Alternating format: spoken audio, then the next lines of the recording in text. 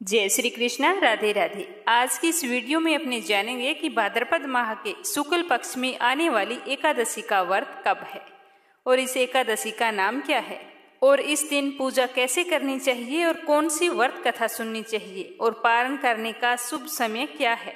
ये सब कुछ जानने के लिए वीडियो के अंत तक बने रहिए। भाद्रपद माह के शुक्ल पक्ष की एकादशी को परिवर्तनी एकादशी के नाम से जाना जाता है। इस एकादशी के दिन शेष सैया पर निद्रा में मगन भगवान श्री हरि विष्णु अपनी करवट बदलते हैं, इसीलिए इसे परिवर्तनी एकादशी कहा जाता है। इस एकादशी को अनेक नामों से जाना जाता है, जैसे जल झूलनी एकादशी, वामन एकादशी, डोल ग्यारस आदि।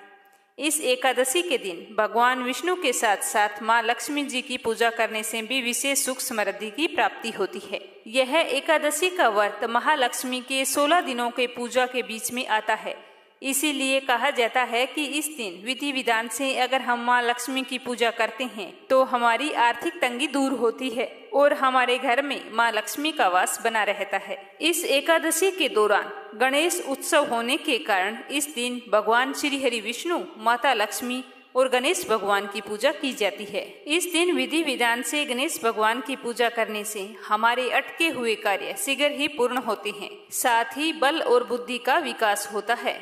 पौराणिक मान्यता के अनुसार परिवर्तनी एकादशी का व्रत रखने से वाजपेयी यज्ञ के समान पुण्य फल मिलता है। व्रत रखने वाले के सारे पाप कर्म नष्ट हो जाते हैं और पुण्य फलों की प्राप्ति होती है। साल 2023 में परिवर्तनी एकादशी का व्रत 25 सितंबर सोमवार को रखा जाएगा और इस दिन पूजा के लिए शुभ समय होगा 9:12 से लेकर 10:12 तक। इससे पहले 7:30 बजे से लेकर 9 बजे तक राहु काल होगा, तो राहु काल के दौरान आप एकादशी की पूजा अर्चना ना करें, क्योंकि राहु काल में कोई भी शुभ कार्य की पूजा पाठ नहीं की जाती। इसीलिए आप 9:12 से लेकर 10:42 के बीच में एकादशी की पूजा पाठ कर सकते हैं और व्रत कथा भी सुन सकते हैं।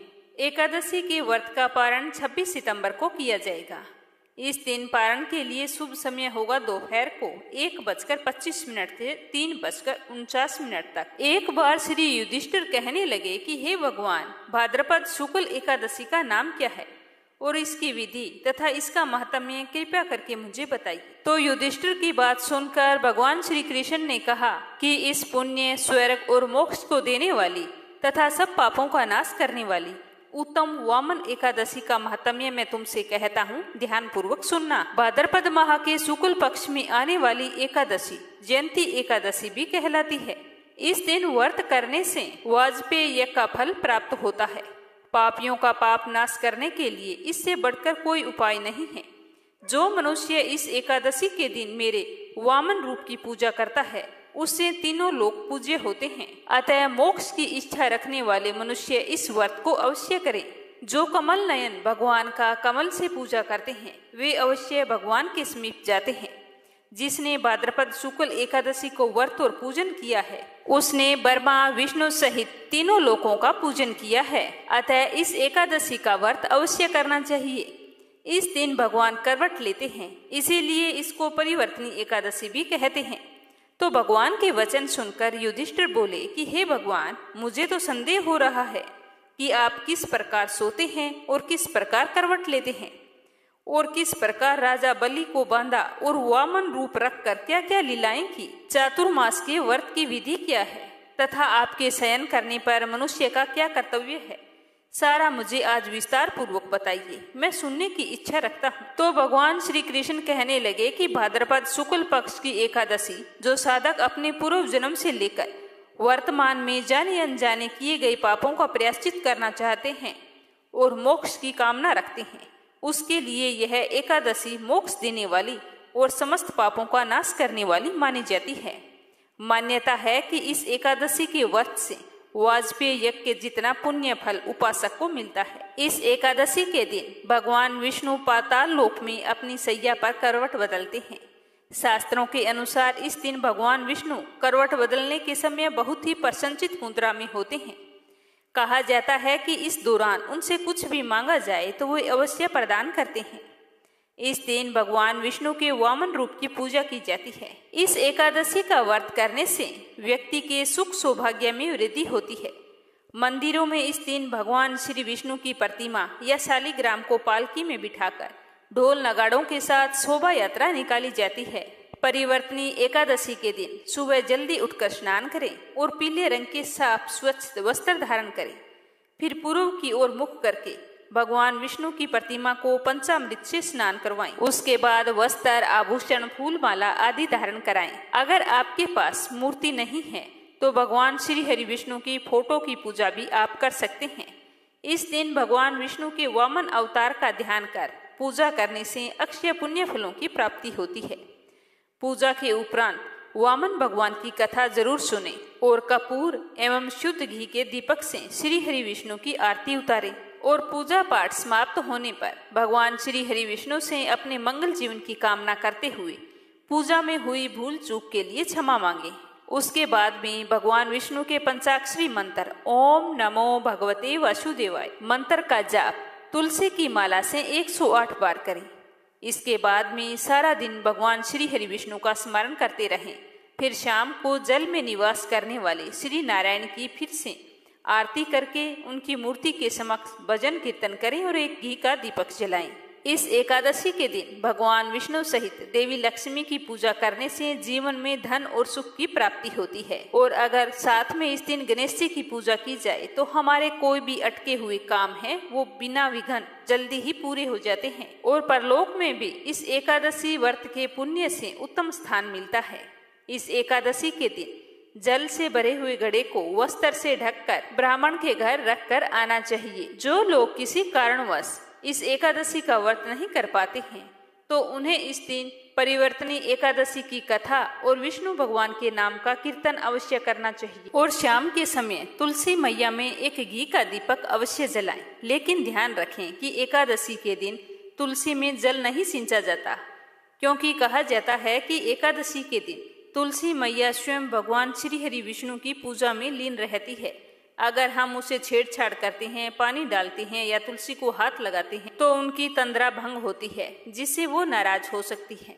भगवान श्री हरि विष्णु की पूजा में तुलसी दल अवश्य अर्पित करना चाहिए, लेकिन इसके लिए आपको तुलसी दल एक दिन पहले तोड़कर रख लेना होता है। इस तरह पूरे विधि विधान से एकादशी का व्रत रखकर दूसरे दिन द्वादशी को इसका पारण करना होता है। तो इसके लिए आप सुबह जल्दी उठें, नित्य कर्मों से निवृत्त होकर स्नान करें।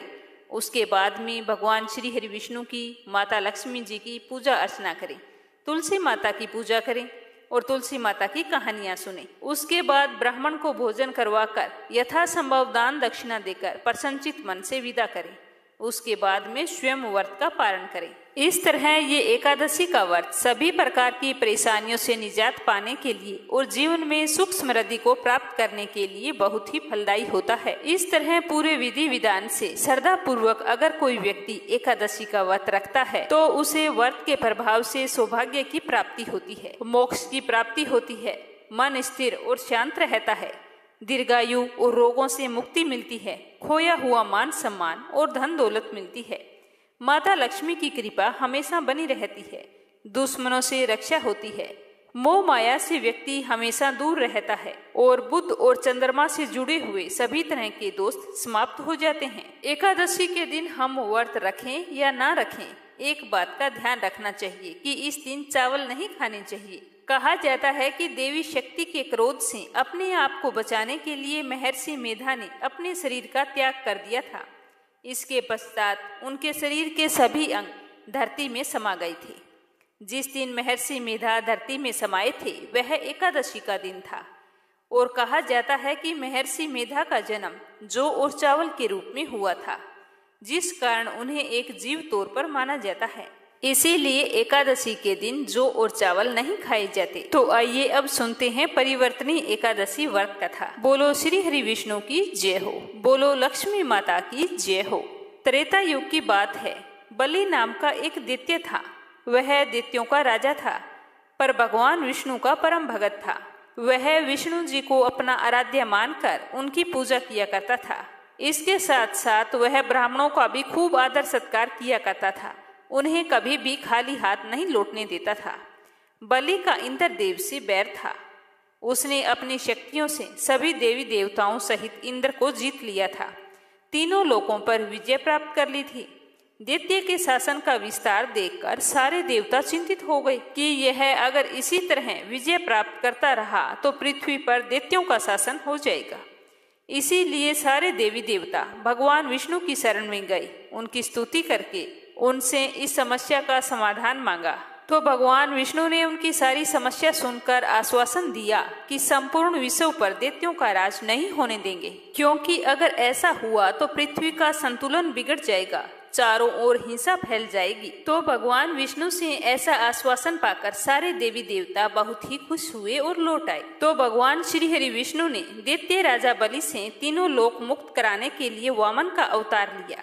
यह भगवान विष्णु का 5वां अवतार था। वामन अवतार लेकर भगवान श्री हरि विष्णु राजा बलि के महल पर गए। जब राजा बलि को इस बात का पता चला तो वो बहुत ही खुश हुए। वो उस समय हवन करवा रहे थे। हवन शुरू होने वाला था, लेकिन राजा बलि ने हवन को बीच में ही रोक दिया और कहा कि मैं पहले ब्राह्मण की आव भगत करके उन्हें दान दक्षिणा देकर ही हवन में बैठूंगा। ऐसा कहकर वो वामन देव के पास चले आए। आकर उन्हें प्रणाम किया और खूब आदर सत्कार के साथ बिठाया। उसके बाद में वामन देव से पूछा कि मैं आपको दान दक्षिणा देना चाहता हूँ, यह मेरा नियम है। मेरे द्वार से कोई भी ब्राह्मण खाली हाथ नहीं जाता। तो वामन रूप में आए भगवान विष्णु ने कहा कि मुझे तो 3 पग भूमि दान कर दो। तो यह सुनकर राजा बलि हंसने लगा कि आप इतने छोटे से हैं, 3 पग भूमि से आपका क्या होगा। तो वामन देव ने कहा कि सोच लो। तो राजा बलि बोले कि इसमें सोचने वाली क्या बात है, मैं खुशी खुशी 3 पग भूमि तुम्हें दान करने के लिए तैयार हूँ। तो भगवान श्री हरि विष्णु ने राजा बलि से भूमि दान करने का संकल्प लेने को कहा। तो वामन की बातों से दैत्य गुरु शुक्राचार्य ने समझ लिया था कि ये भगवान विष्णु हैं जो राजा बलि से तीनों लोक लेने आए हैं। तो गुरु शुक्राचार्य ने राजा बलि को सावधान भी किया था, लेकिन राजा बलि ने गुरु शुक्राचार्य की बात नहीं मानी। तो राजा बलि के संकल्प लेते ही वामन देव ने 3 कदम में समस्त संसार और तीनों लोकों को नाप दिया। इसके बाद विष्णु जी ने वामन देव से पूछा कि अब मैं तीसरा कदम कहाँ पर रखूं। तो इसके जवाब में राजा बलि ने अपना सिर भगवान विष्णु के कदमों में रख दिया और कहा कि आप अपना तीसरा कदम मेरे सिर पर रख दें। तो इस तरह भगवान विष्णु ने तीनों लोकों को दैत्य के शासन से मुक्त कर दिया और अपना तीसरा पैर उसके शीश पर रख दिया। इस प्रकार देवताओं के हित के लिए उस असुर भगत को पाताल लोक में पहुंचा दिया। तब वह राजा बलि भगवान श्री हरि विष्णु से विनती करने लगा। तो भगवान विष्णु ने कहा कि हे बलि, मैं सदैव तुम्हारे साथ रहूंगा। तभी से भादो शुक्ल पक्ष की परिवर्तनी एकादशी के दिन भगवान श्री हरि विष्णु की एक प्रतिमा राजा बलि के पास रहती है और एक क्षीर सागर में शेष नाग पर शयन करती है। इस एकादशी को भगवान श्री हरि विष्णु सोए हुए अपनी करवट बदलते हैं। इस दिन त्रिलोकीनाथ श्री हरि विष्णु की पूजा अर्चना की जाती है। तो ये थी परिवर्तनी एकादशी व्रत कथा। इस प्रकार व्रत रखने से मनुष्य सभी पापों से मुक्त होकर स्वर्ग लोक को जाता है। और जो मनुष्य पापों को नष्ट करने वाली इस एकादशी की व्रत कथा को श्रद्धा पूर्वक सुनता है, उन्हें अश्वमेध यज्ञ के फल की प्राप्ति होती है। बोलो श्री हरि विष्णु की जय हो। तो ये थी परिवर्तनी एकादशी की संपूर्ण जानकारी और व्रत कथा। उम्मीद करती हूँ कि आपको जरूर पसंद आई होगी। तो प्लीज वीडियो को लाइक करना, शेयर करना और एक अच्छा सा विष्णु भगवान के निमित्त कमेंट करना। साथ ही मीरा भक्ति चैनल को अगर आपने सब्सक्राइब नहीं किया है तो जरूर करना। भगवान श्री हरि विष्णु और माता लक्ष्मी आपकी सारी मनोकामनाएं पूर्ण करें। जय श्री कृष्णा। राधे राधे।